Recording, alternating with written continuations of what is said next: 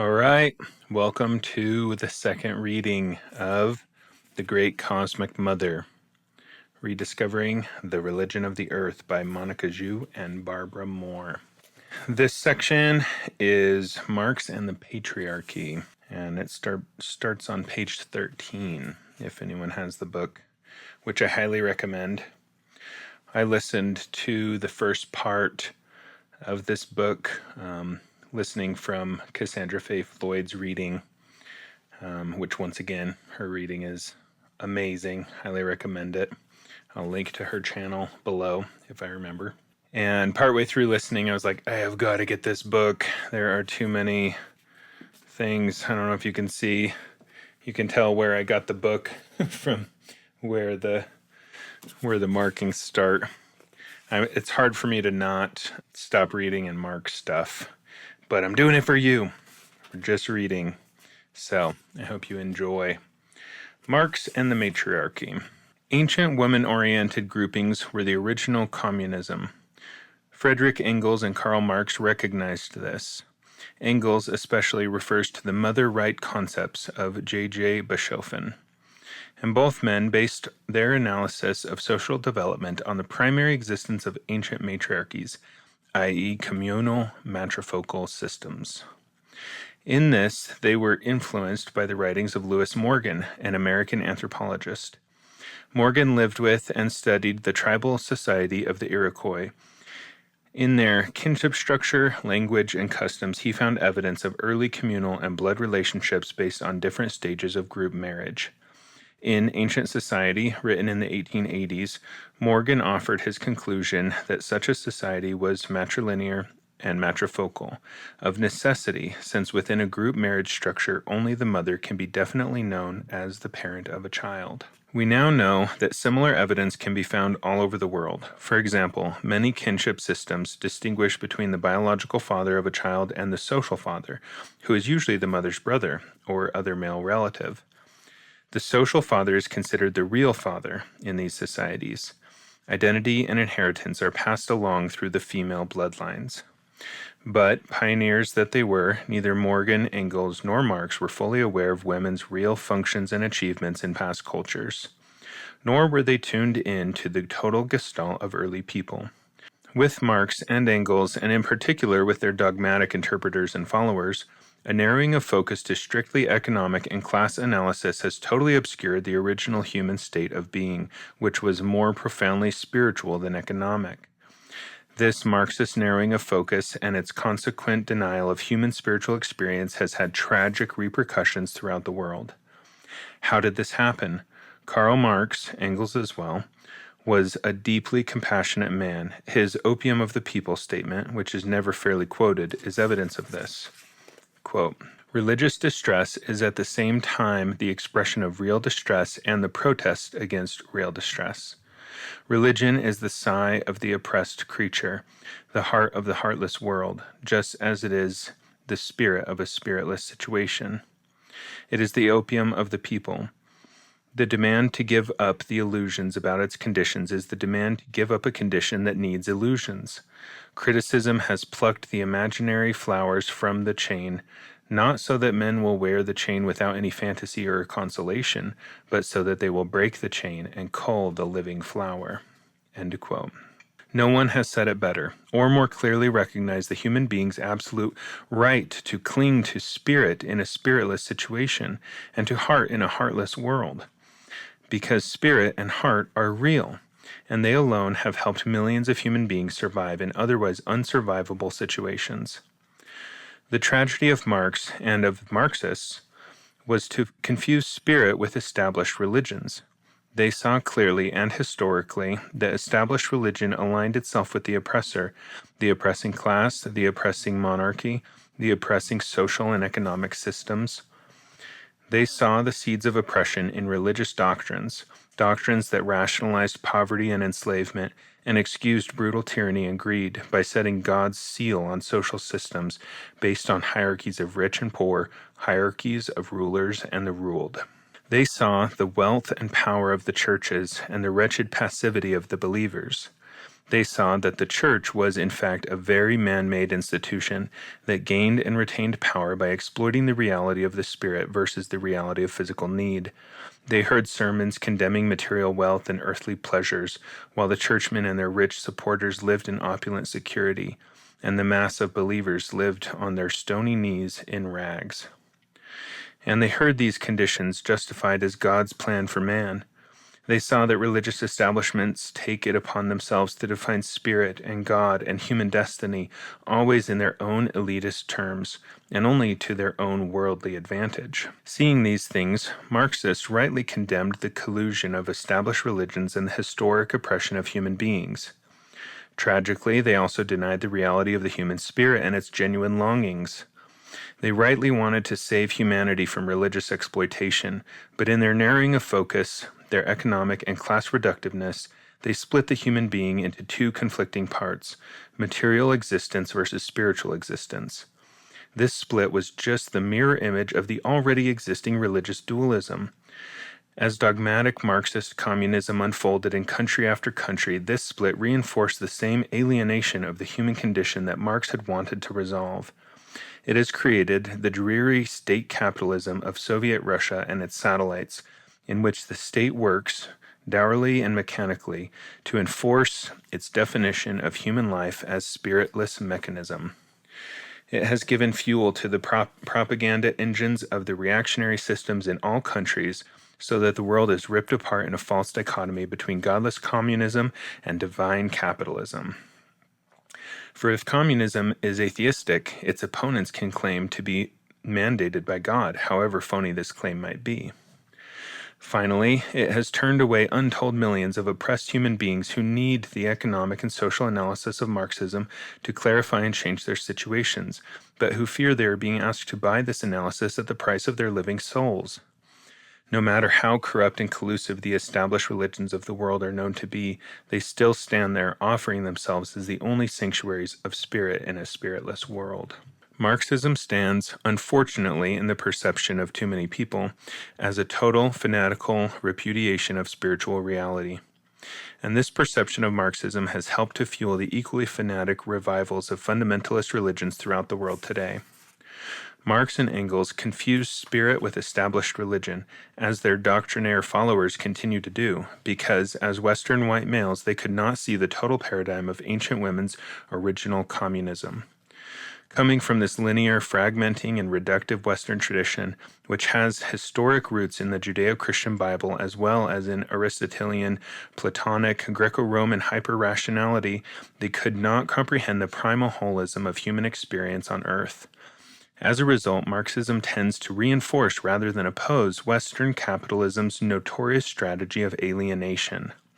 Marxist analysts generally are obsessed with isolating economic and productive development from magical, religious, sexual development. As Paul Carden, a libertarian thinker, writes, quote, "There is the Marxist assumption that throughout history, human societies have always aimed first and foremost to increase production and consumption. But the human being doesn't at birth bear within itself the finishing meaning of her or his life. The maximization of consumption, or of power, or of sanctity are not tendencies inherent in the newborn child. It is the prevailing culture in which he will be brought up which will teach him that he needs these things. The cultivation of maize among Mexican tribes, or the cultivation of rice in some Indonesian villages, is not only a means of ensuring food.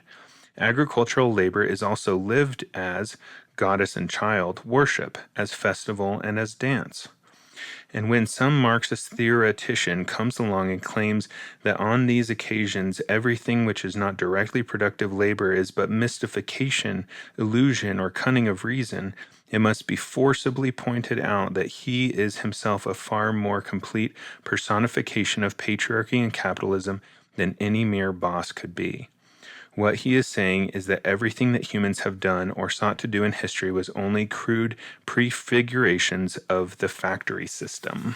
If the Marxist in this case was denouncing or trying to eliminate patriarchal religion, founded on privilege and property and mystification of reality, and functioning through the exploitation of human labor and human sexuality, that would be fine. But he is also denying what is the very truth of human existence and the essence of the original matriarchies, the experienced unity of psychic, productive, sexual, cosmic power and activity in the egalitarian collective of women.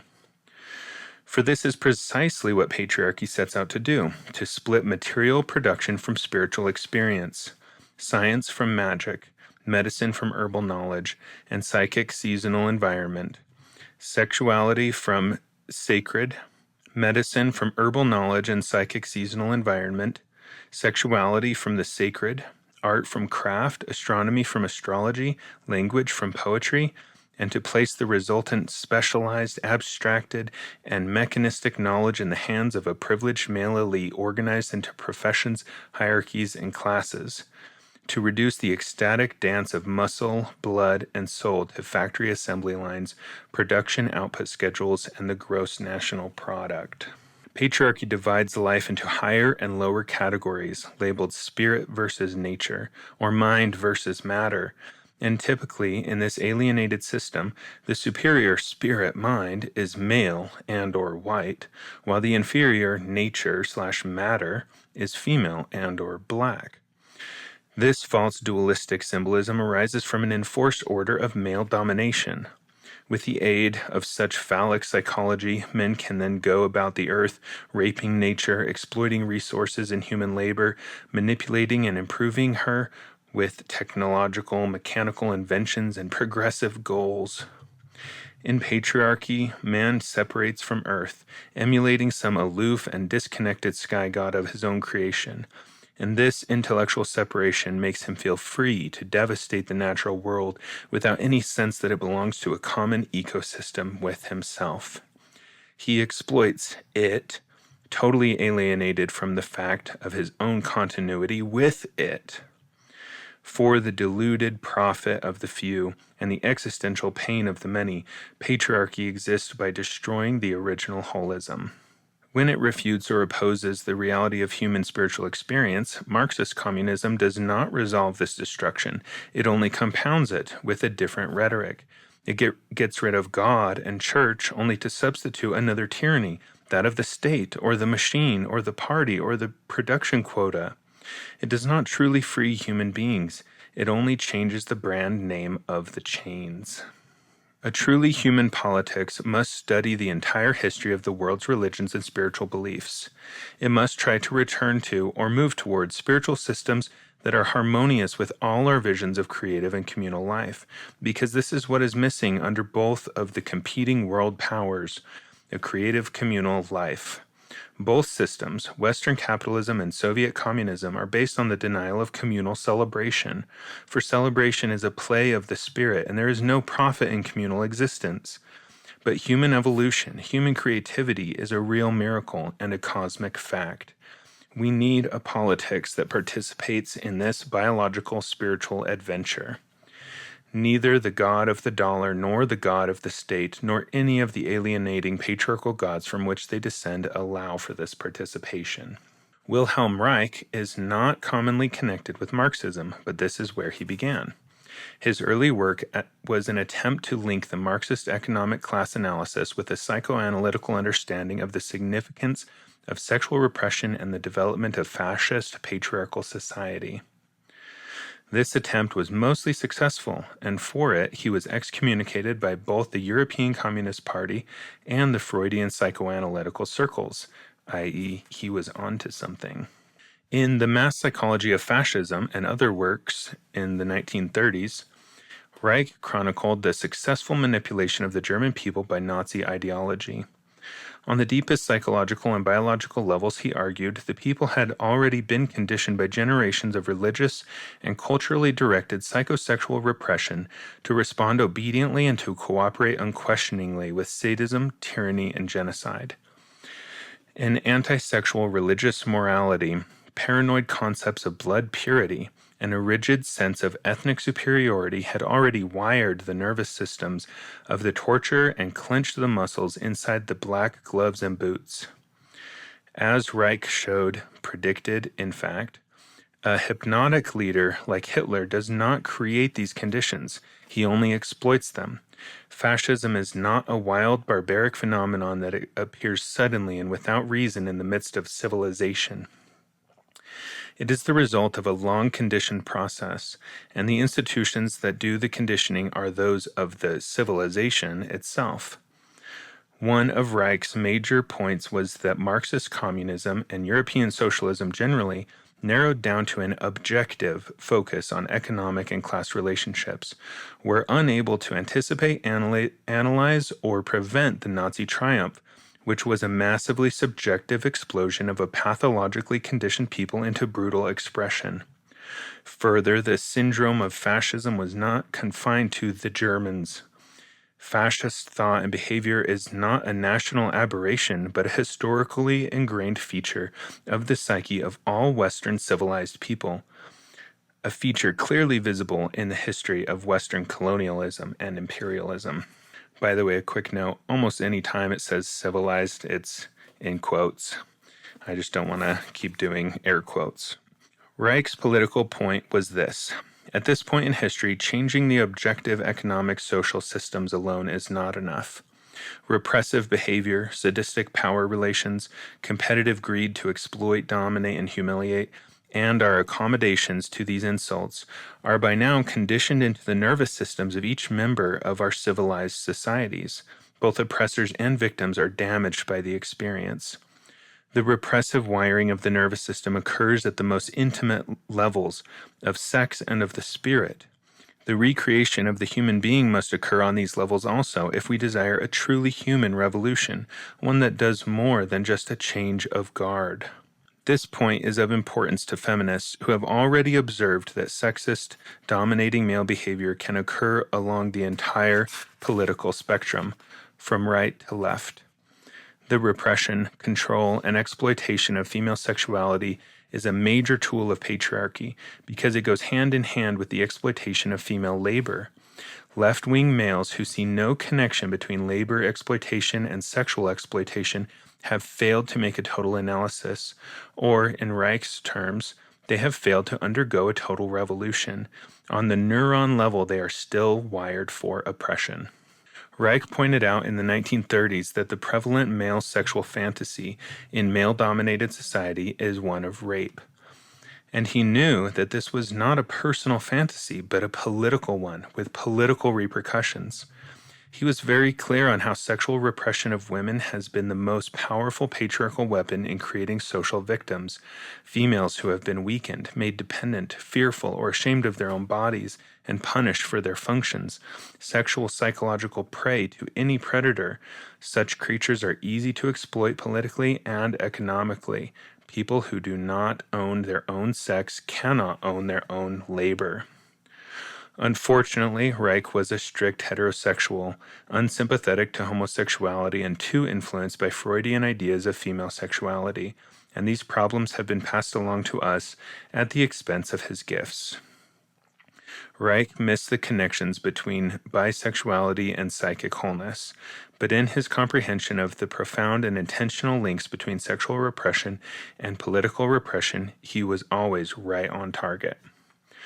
Marx said, "Human power is its own end." Reich was devoted to the liberation and enjoyment of healthy human power as the only valid political goal. Biological energy, unrepressed and undistorted, he saw as a continuum of cosmic energy, with no non-organic distinctions made between the physical and the spiritual. He saw both as forms of one energy, he called it orgone, manifest throughout the universe, the same in nerve cells as in stars and in human consciousness.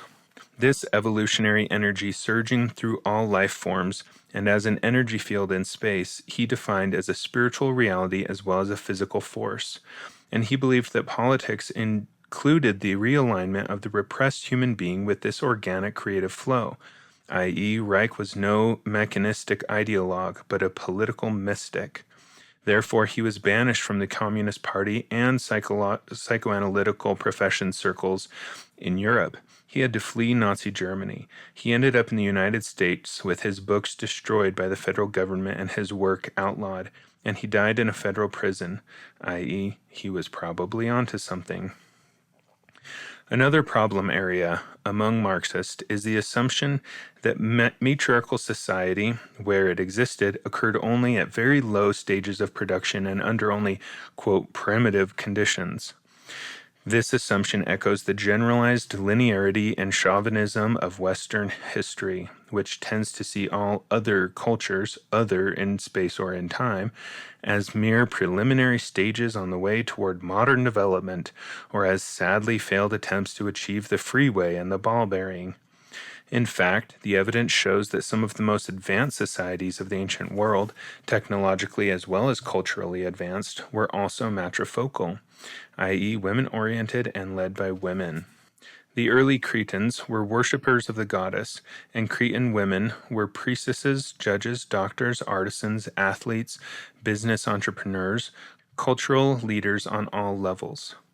Crete was the major cultural and trading center of its day, with ships traveling to Ireland, Spain, Africa, and the Near East for gold and tin. One of the things exported was the Cretan lineal script, whose syllabary was then passed on through the Greeks to the Phoenicians. At home, the Cretans had indoor baths with hot and cold water running through ceramic pipes.